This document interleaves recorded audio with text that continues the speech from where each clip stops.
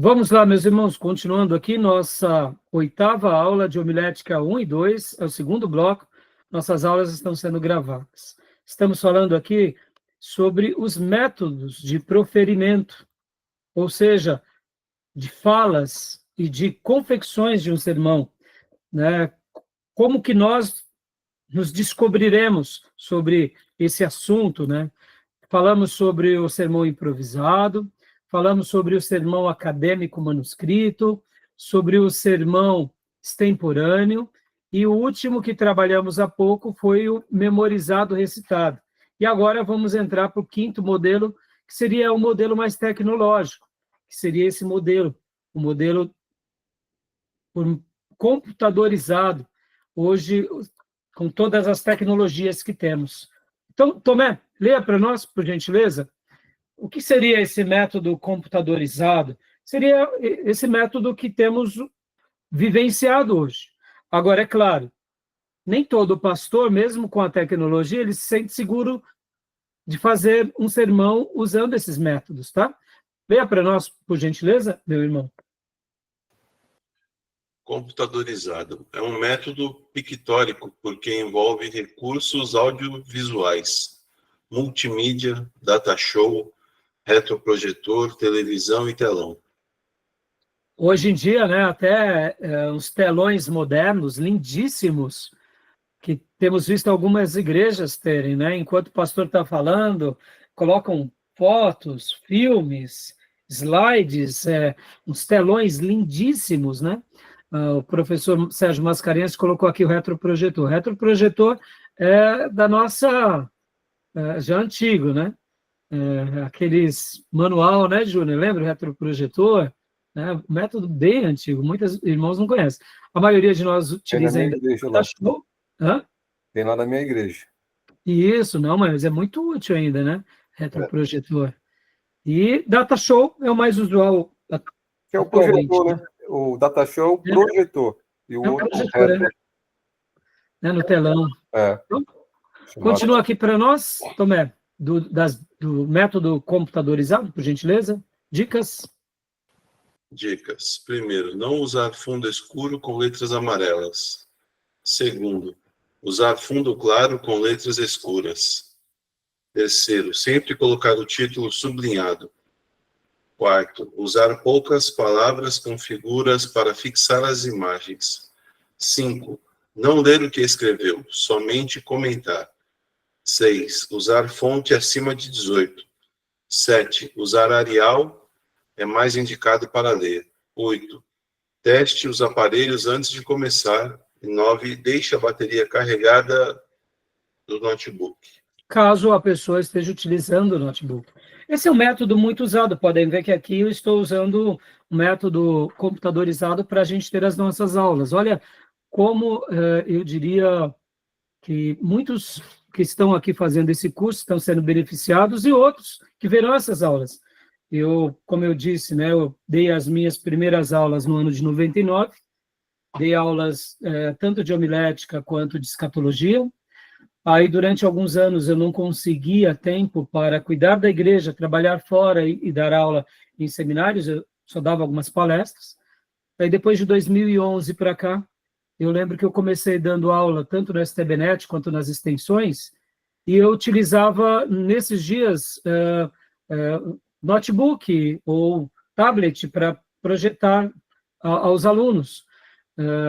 Já era bom. Hoje, com a possibilidade de gravar a aula, se torna melhor ainda, porque a gente pode perpetuar as aulas. Para vocês terem uma ideia, eu sempre gostei muito de gravar em áudio. Então, eu pegava aquele aparelhinho de MP3 e gravava as aulas para depois ir ouvindo, ver como que eu fiquei na aula, se eu me expressei direito. Ou seja, percebam que a tecnologia ela veio para nos ajudar e para nos melhorar, né? Então, um sermão também utilizando essas ferramentas nos ajuda muito. Mas isso tudo, como eu mencionei na aula passada, é a roupagem, né, de Esaú, a armadura de Esaú. Pode ser útil, mas pode ser que não seja útil para todos, tá bom? Então, continuando aqui, Tomé, por gentileza, né, vantagens.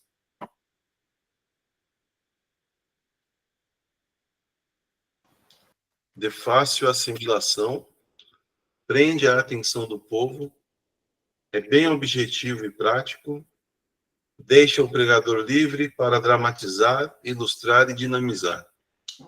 Então, ajuda muito, né, tanto o pregador, principalmente pelos recursos visuais e auditivos, né? Desvantagem?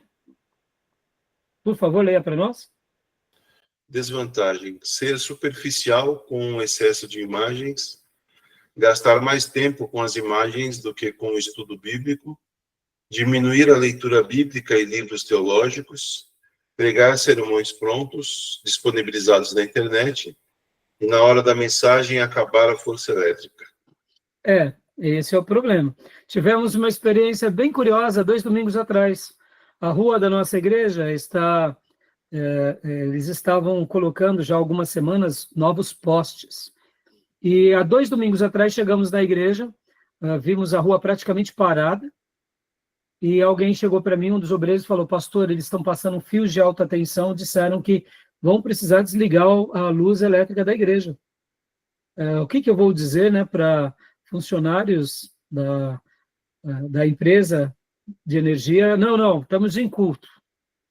E até mesmo por segurança dos irmãos eu achei prudente. Então, tivemos que fazer o culto de última hora, e graças a Deus que a gente conseguiu ali atender os irmãos. Mas dependendo da pessoa, se ela está muito presa ao computador, ela está muito presa à tecnologia, e faz da tecnologia ali, né, o seu tudo, pode ser que uma hora ele fique a ver navios, né?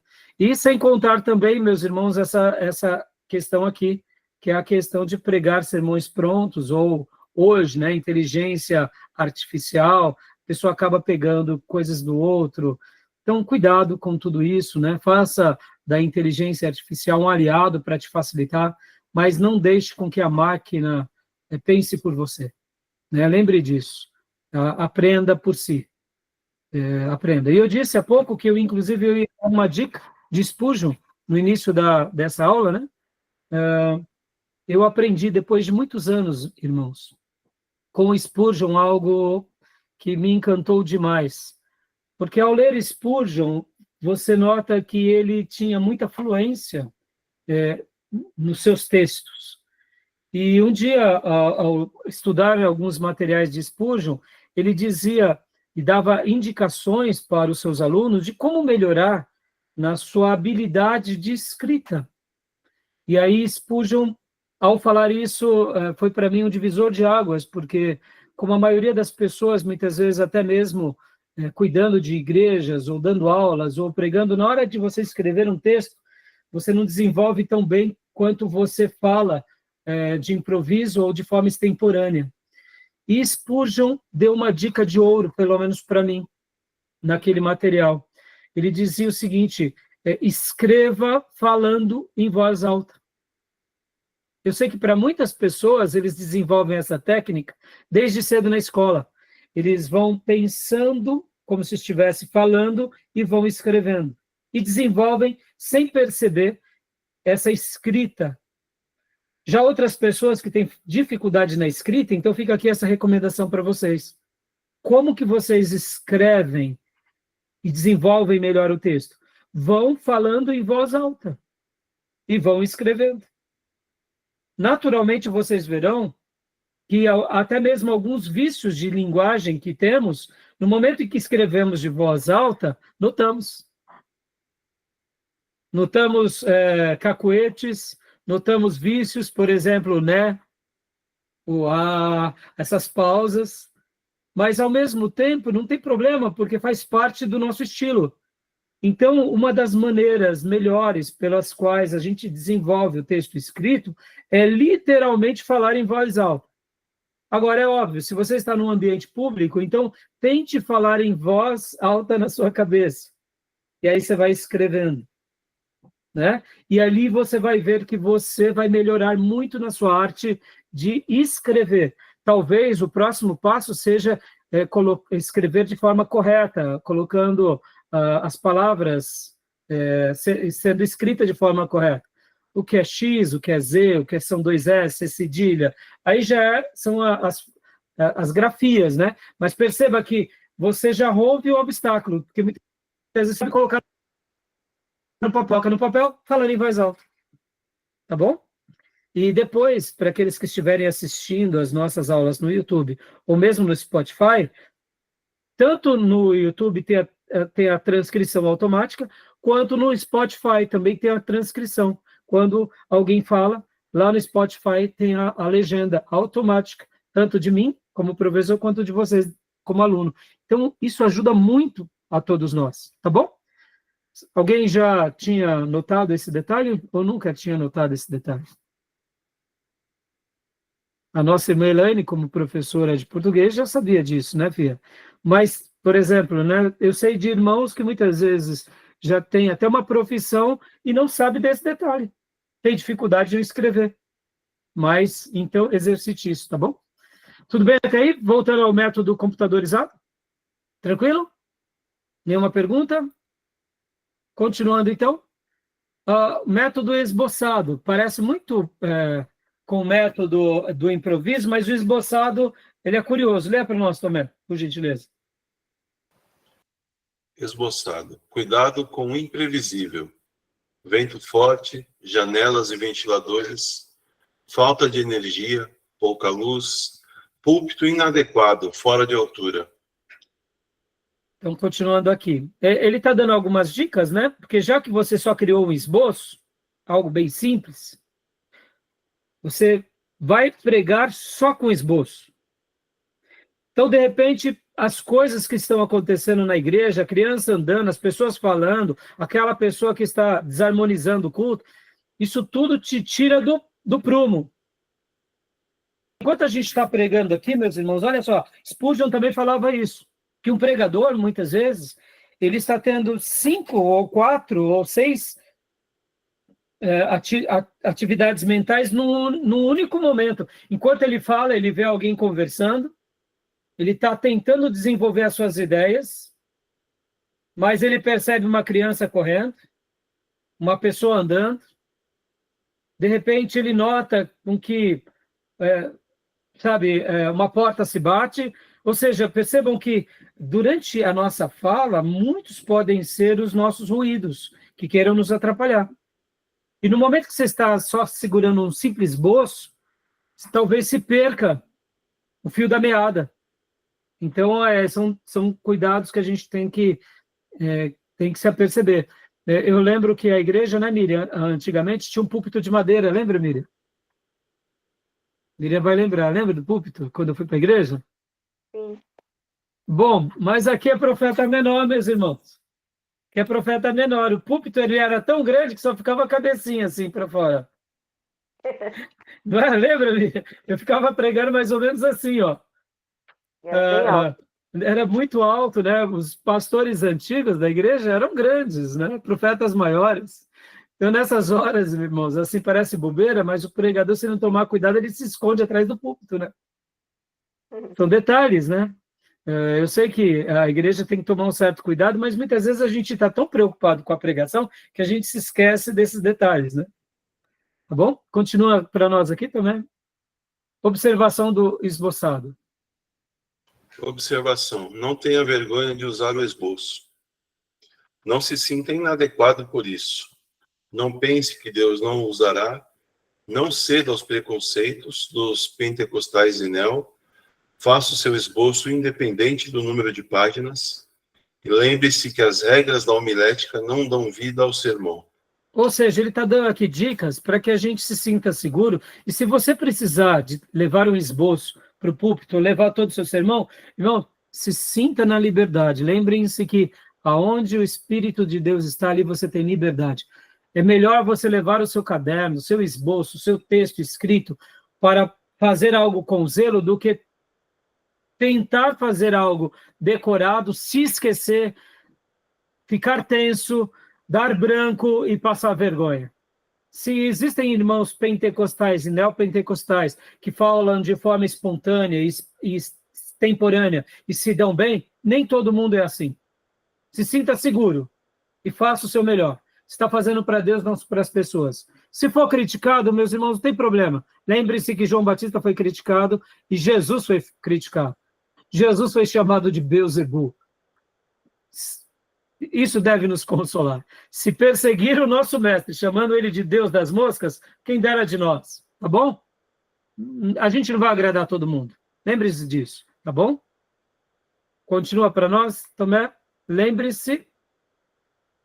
Então, o método do esboço, ou esboçado, tem a ver com esse, só concluindo aqui, tem a ver com você subir para um púlpito simplesmente com o seu rascunho do seu título, os textos, a ilustração ou a introdução, o primeiro ponto, o segundo, o terceiro, o quarto, o quinto, e a conclusão. Tem pessoas que se sentem seguros subir assim para o púlpito. Fizeram uma lição de casa, mas eles gostam de olhar ali para o seu esboço. Agora, deixa eu dizer uma coisa, irmãos.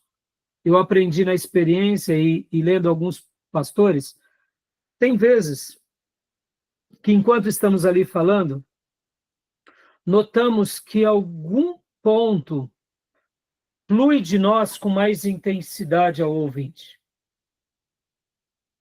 Tente notar essa sensibilidade. Tem vezes que o nosso sermão tem 5 pontos, mas você falou o primeiro e o segundo você nota que está sendo uma resposta de Deus para a igreja. Não tenha pressa de ir para o terceiro, por 4, por 5. Se você notar que o Espírito de Deus está trabalhando naquele ponto de uma forma surpreendente, porque você percebe enquanto fala que Deus está te dando graça, ou enquanto fala que Deus está trabalhando na vida das pessoas, dê mais atenção. Porque ao pregar, e aqui Martin Lloyd Jones mais uma vez fala no seu livro, Pregação em Pregadores, quando nós estamos pregando, nós não temos o controle do que está acontecendo na vida das pessoas. A mesma mensagem pode ter aplicações diversas na vida de cada ouvinte. Então eu falo algo, a irmã tal, do lar tal, Deus responde algumas coisas totalmente diferentes para a irmã Miriam, a casa da irmã Miriam, para o irmão Júnior e etc e tal. Ou seja, o poder de Deus está passando por nós e nós precisamos estar sensíveis a isso. Assim como também, em algum momento, ou seja, na própria confecção do sermão, ou mesmo na hora de passar, tem vezes que o próprio Espírito Santo pode colocar, pula isso daqui, obedeça. Não fique ali numa crise, tente discernir isso, porque ora Deus está querendo trabalhar mais com as pessoas e ora aquilo foi relevante para o seu estudo. Mas na hora de você estar presente, não será tão relevante. Não estou dizendo que você não possa utilizar, mas tente discernir isso. E tem vezes que você não vai perceber também, viu, meu irmão e irmã? Você vai estar falando, você está achando que não fez nada, e como eu contei já e dei testemunhos a vocês, e quando você acabar de pregar, as pessoas vão te abraçar e dizendo que foi a coisa mais linda do mundo, que Deus falou com eles, e você não sentiu nada, porque nós não precisamos sentir para que Deus trabalhe. Tá bom? Então, assim, procure ter essa certa liberdade, ter essa confiança, que é muito importante na hora da pregação, tá bom? Tudo bem? Algum comentário, algum acréscimo? Não? Então, Tomé, conclusão, por gentileza, leia para nós. Lembre-se, o sermão começa com algo relevante, prossegue com a definição do problema, em seguida, a análise de possíveis soluções, há uma facilitação na visualização da solução proposta, o apelo para a aceitação da solução proposta. Continua. O ideal é o método memorizado, porque além de escrever, se memoriza. Mas o mais seguro é o esboçado, porque além de escrever, está à sua frente para ser um trilho seguro. Então, aqui ele está dando algumas dicas, né? E são dicas muito importantes. Continue para nós, por favor, Tomé. De se expor para alguém analisá-lo. Lembre-se, né? Lembre-se de se expor para alguém analisá-lo, de se analisar a si mesmo sempre depois de cada sermão. Isso é muito bom. Se você tem pessoas para você estar passando, por exemplo, irmãos, lá na Bolsa, nós tínhamos vários irmãos, e ao longo dos anos, criamos praticamente ali um ministério itinerante, em que nós cuidávamos uns dos outros, e era muito interessante que quando alguém chegava, por exemplo, na semana, e eu lembro que era uma coisa que eu fazia com muita frequência aos meus irmãos, eu falava, e aí, meu irmão, o que você vai pregar domingo? E aí eles começavam falando, olha, pastor, eu não sei, eu estou meio inseguro, estou pensando de pregar sobre isso, etc. e tal. Então, muitas vezes, nessa interação, a gente acaba afiando o instrumento. Ou quando você chega para alguém e diz, olha, para a esposa, no caso, para o marido, ou para um irmão, eu gostaria que você me avaliasse aqui no que eu tenho para falar. Então, fica aqui até a dica, tá? Quem quiser me procurar durante esses dias, na sua elaboração do seu sermão, estou à sua disposição. Não vou fazer o seu sermão para você, mas vou te dar caminhos. Porque isso é muito legal na prática. Né? A gente, muitas vezes, está indo por um caminho muito legal, mas com medo. De repente, a gente só precisa ouvir de alguém, não, prossiga, está excelente. Olha, não, dá mais um passo, você vai destruir essa árvore. O machado está sendo ótimo aqui na maneira em que você está cortando. De repente, você se sente incapaz, você se sente frágil, você se sente, eu diria, até um pouco com dúvida. Mas, muitas vezes, você está indo no caminho correto. Então, assim, por isso que se expor para alguém para que a gente possa ser analisado é muito importante. E aqui, meus irmãos, guarde outra coisa que é fundamental. Busque se analisar, fazer aquela autoavaliação sincera. Não pelo feedback, apenas porque a sua mensagem foi mais emotiva, foi mais caliente, mas faça aquela autocrítica. Conseguir passar? Não conseguir? Por que não? E se você não grava as mensagens, se a igreja não grava, comece a utilizar o método de gravar no seu celular. Coloque lá no modo avião, para que nada te atrapalhe, coloca lá o gravador de voz e grave isso. Foi assim que eu comecei a fazer as minhas gravações em 1990 e bolinha. Ainda com aqueles gravadores de repórter com aquelas fitinhas pequenas. Por que eu gravava? Porque eu queria ouvir como eu me saí. Logo depois, os irmãos viram que eu estava gravando e falavam, pastor, me manda essa mensagem. E por causa disso, nasceu, inclusive, meu primeiro livro. Foi o quê? Uma série de mensagens. Baseado no quê? Nas mensagens da igreja. Então, gravar como autocrítica é maravilhoso. E também, como um método de se perpetuar, é maravilhoso. E eu, particularmente, acho maravilhoso quando você pode gravar o áudio e ainda o vídeo. Porque além de você ver como você escutar o que você diz, você vê as suas expressões. Por exemplo, eu tenho mãos tagarelas. Eu gosto de falar, o professor é assim. O professor está escrevendo, pode ver aqui, eu estou desenhando na tela aqui, eu estou falando com vocês, estou gesticulando. É normal, mãos tagarela. Desde que ela não seja tagarela demais, né, irmãos? Está entendendo? Mas, assim, se expressar, pode ver que depois que eu comecei a dar muitas aulas no seminário, eu perdi o hábito de segurar o microfone. Eu não gosto de segurar o microfone, prefiro falar sem... Por isso que eu deixo no pedestal, porque eu gosto de me expressar com liberdade, tá bom? Então, assim, o ato de você se analisar é muito interessante. Muitas vezes, até mesmo coisas que a gente faz que a gente nem nota. Por exemplo, eu sou muito expressivo. Tem hora que, quando eu estou vendo minha mensagem, eu noto que eu faço muitas caretas. Eu sou expressivo, está dentro da minha característica. Tem hora que eu falo assim, pelo amor de Deus, Raimundo, precisa ser expressivo assim? Né? Mas é o jeito. Mas assim, que eu preciso ser demais, né? Entendeu? Então, se você vai melhorando, irmãos. Quanto palavras, por exemplo, eu noto, né, por exemplo, que eu falo, está errado essa palavra, filho. Eu nunca usava uma palavra errada. Esse domingo, por exemplo, eu falei de José do Egito, quando ele estava no cárcere. Eu usei a palavra calabouço. Eu falei, calabouço? né? Eu falei calabouço com tanta espontaneidade, mas cárcere é cárcere, mas eu, assim, com tanta espontaneidade que depois somente me ouvi, notei que não está errado, mas poderia estar, né? Então, tem que usamos uma palavra e nem notamos que estamos falando errado, mas no momento que a gente se analisa, e eu entre a gravação visual e o áudio, eu prefiro 1000 vezes o irmãos, não sei porque eu gosto demais. Bom, exemplo para muitos, né, que trabalham com filmagens, tem o filme e tem a foto. Eu não sei, eu acho que a foto perpetua mais do que o filme, né? A foto, ela consegue perpetuar e eternizar um momento. Então, faça essa autocrítica, tá bom? Tudo bem até aí, meus irmãos? Tudo bem? Beleza? Bom, partindo agora, então, vamos para o material que eu separei para vocês, né? Da minha apostila. Estudando a aula para vocês de teologia pastoral, agora com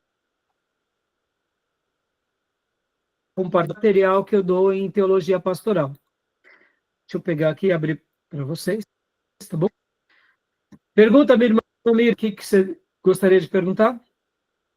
Tá meio falhando o áudio. Ah, tá. Mas para todos vocês está falhando? Ou era só para Miriam? Está falhando também para os irmãos? Não, tá uma Dando uma falhada, pastor. Agora não, agora tá bom, mas estava falhando. Então pode ter sido a internet, meus irmãos. Tá bom? Então vamos lá, prática na pregação, né? Olha só.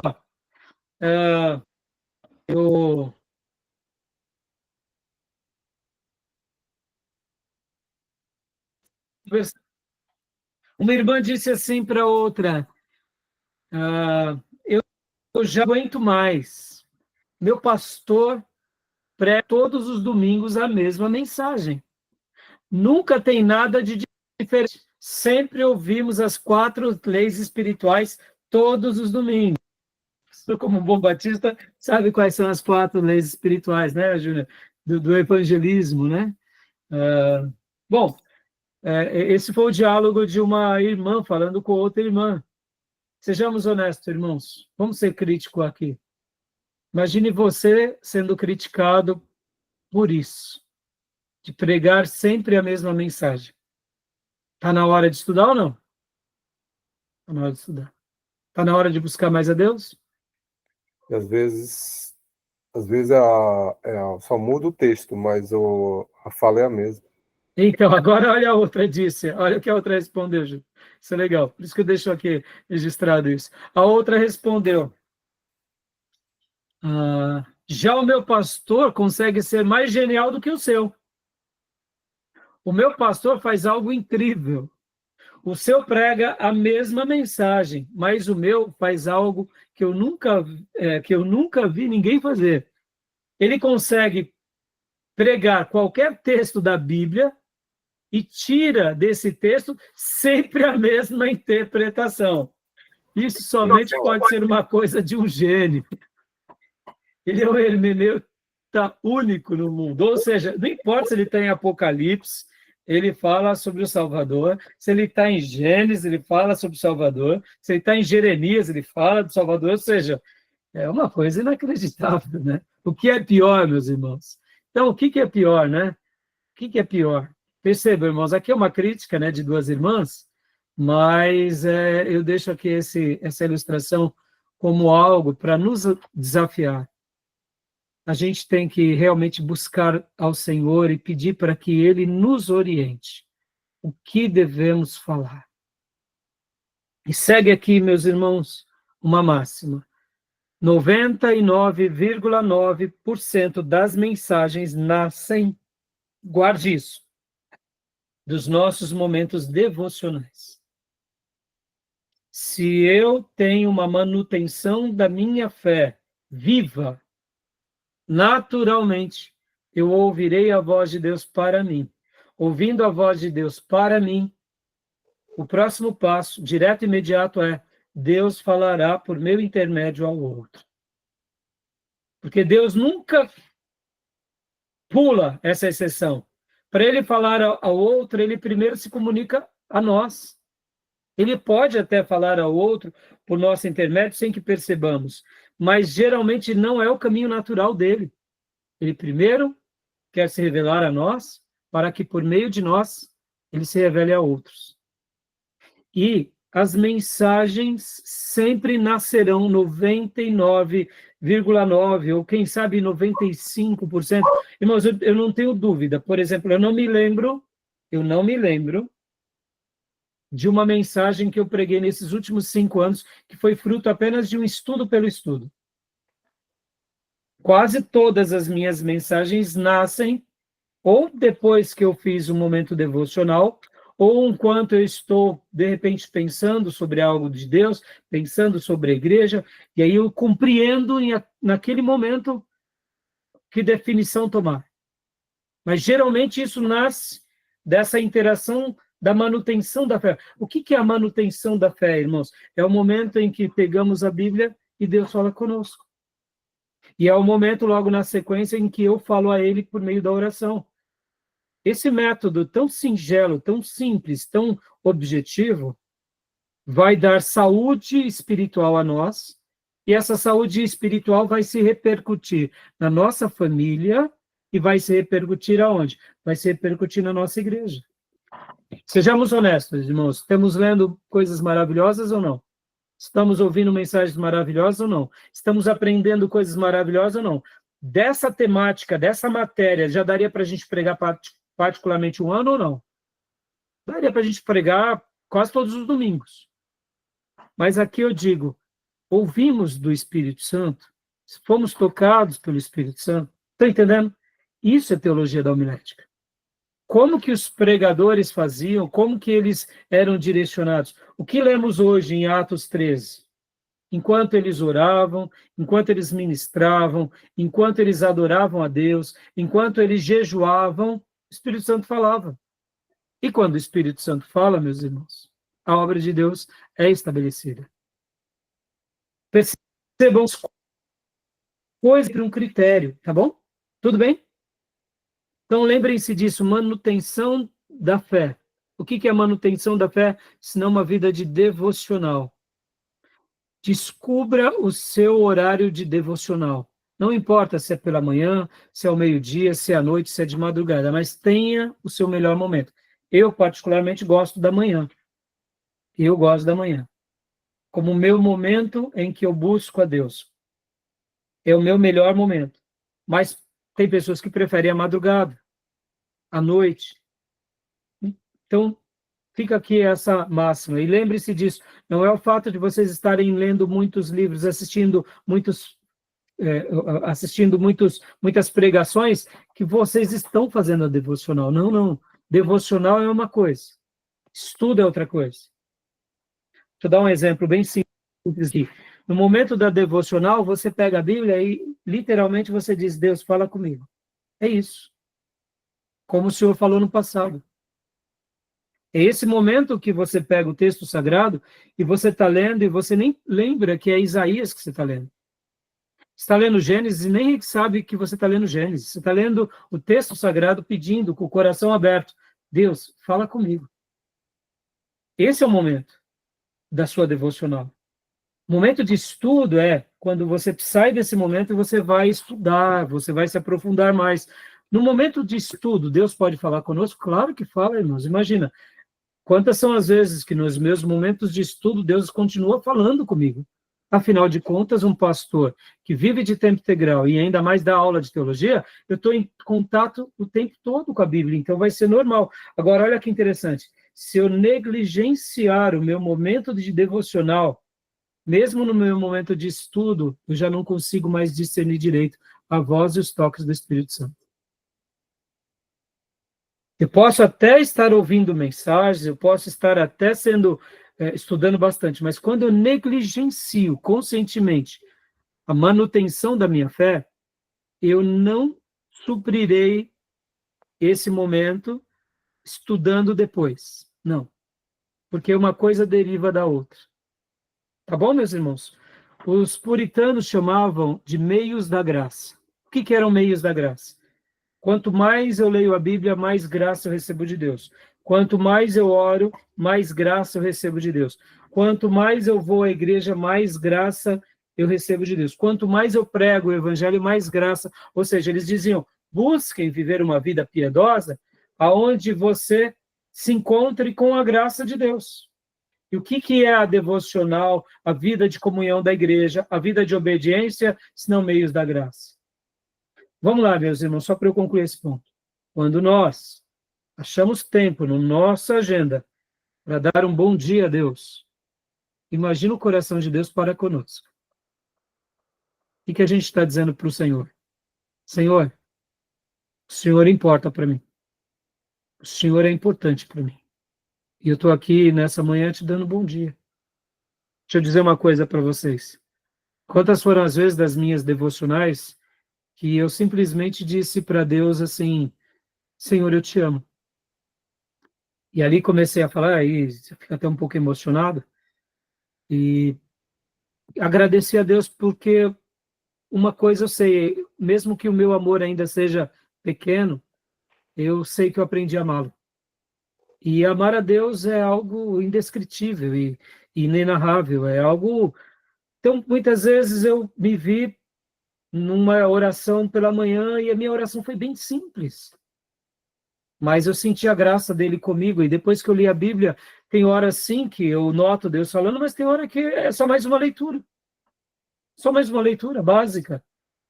Aí talvez você diga, pastor, e todos os momentos a gente vai sentir a presença de Deus? Não necessariamente, naquela hora talvez não.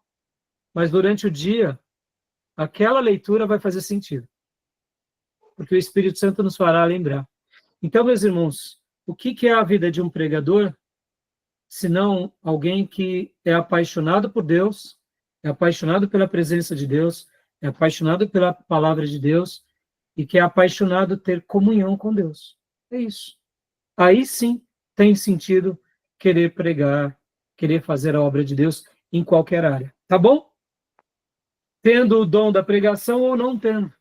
Porque eu posso falar bem aos outros, mas posso não ter prazer nenhum na minha vida de devocional. Eu posso replicar mensagens prontas, como um artista faz interpretando uma peça. E posso não ter intimidade nenhuma com Deus. Ou seja, é tudo uma roupagem de Saul, é tudo uma armadura de Saul. Eu costumo dizer que quem não tem vida com Deus tem data de validade. Ou seja, o ministério dessa pessoa vai acabar. Mas quem tem vida com Deus não tem ali data de validade. Por quê? Porque ele tem experiência com o Eterno. Tá bom, meus irmãos? Beleza. Deu horário. Deu horário? Deu horário? Sim. Deixa eu só ver aqui.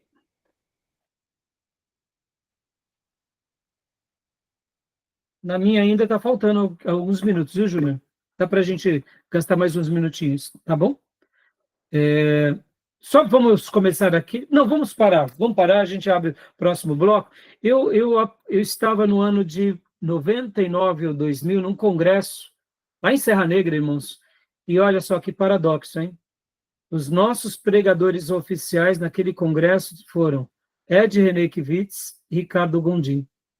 Eu tenho esse material. Se vocês verem o material, vocês vão ficar felicíssimos por verem eles pregando uma mensagem bíblica, cristocêntrica, escriturística e maravilhosa. E num dos congressos, numa das mensagens, o Ricardo Gondim fez uma citação que eu faço questão até de deixar essa fala aqui, porque eu nunca mais me esqueci dessa fala. Então eu vou fechar aqui o bloco e a gente volta para o último módulo, tá? Eu quero ler essa, porque ele cita, o Ricardo Gondim, que ele estava num congresso na Europa e ele estava ouvindo um grande pregador. Eu acho que ele estava ouvindo Martyn Lloyd-Jones. Ele não dá a fonte, ele não deu a fonte. E logo depois que ele acabou de pregar, eu esqueci de perguntar para ele se ele estava se referindo de Martyn Lloyd-Jones, de J.I. Packer. Era um grande pregador, né?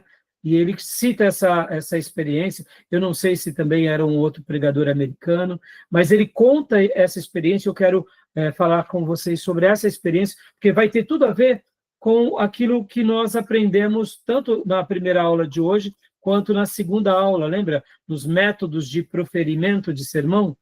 Então, aqui é uma dica brilhante que eu sempre me lembro dessas palavras que ele citou lá em Serra Negra, no Congresso de Pastores, tá bom? Vou fechar aqui. Alguém tem alguma pergunta para fazer? Não? Então, vou parar aqui a nossa gravação, tá bom? E a gente vai para o último bloco.